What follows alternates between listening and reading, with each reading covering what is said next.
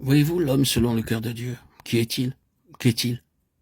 C'est un homme qui, bien que les forces contre lui soient terribles, se place de tout son être contre ceux qui interfèrent avec les choses de Dieu d'une manière incirconcise.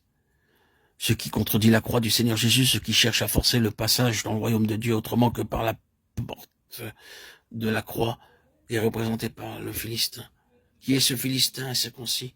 Le cœur de David fut emporté par une puissante indignation contre tout ce qui était représenté par cet homme, Goliath. Cela constitue vraiment une question très grande.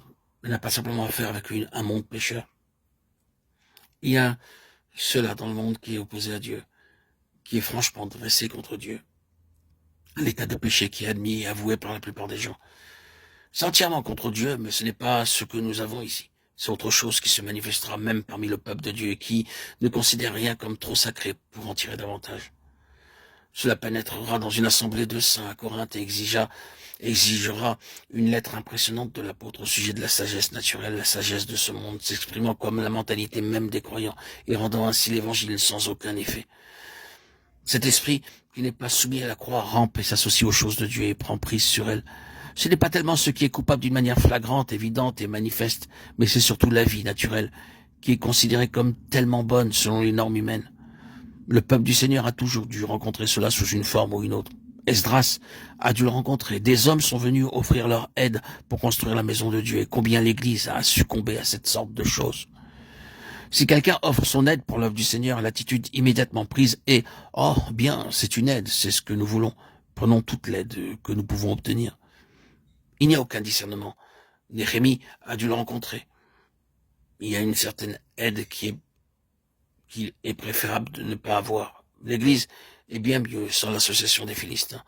C'est la sorte de chose qui a tout le temps assailli l'Église. Jean, le dernier apôtre survivant, écrit dans sa vieillesse, mais Diotrephe, qui aime à être le premier, ne nous reçoit point. 3 Jean 9. Voyez la signification de cela? Jean était l'homme du témoignage de Jésus. Moi, Jean, j'étais dans l'île appelée Patmos, à cause de la parole de Dieu et du témoignage de Jésus. Apocalypse 1, 9. Le grand mot des écrits de Jean est la vie. En elle était la vie. Jean 1, 4. Cette vie est dans son Fils. 1 Jean 5, 11.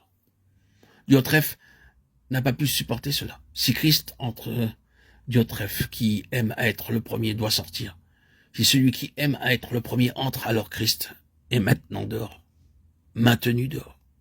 L'homme, selon le cœur de Dieu, est l'homme qui n'aura aucun compromis avec la pensée naturelle. Non seulement avec ce qui s'appelle péché sous ses formes plus marquées, mais avec toute cette vie naturelle qui essaye de mettre la main sur l'œuvre de Dieu et les intérêts de Dieu, de les manipuler et de les régir. C'est ce qui a disloqué et paralysé l'Église à travers les siècles. Des hommes qui se mettent à la place de Dieu dans son Église. Vous voyez donc ce que David représente? Il enlèvera la tête du géant, Goliath. Il ne doit y avoir aucun compromis avec cette chose. Elle doit tomber au nom du Seigneur.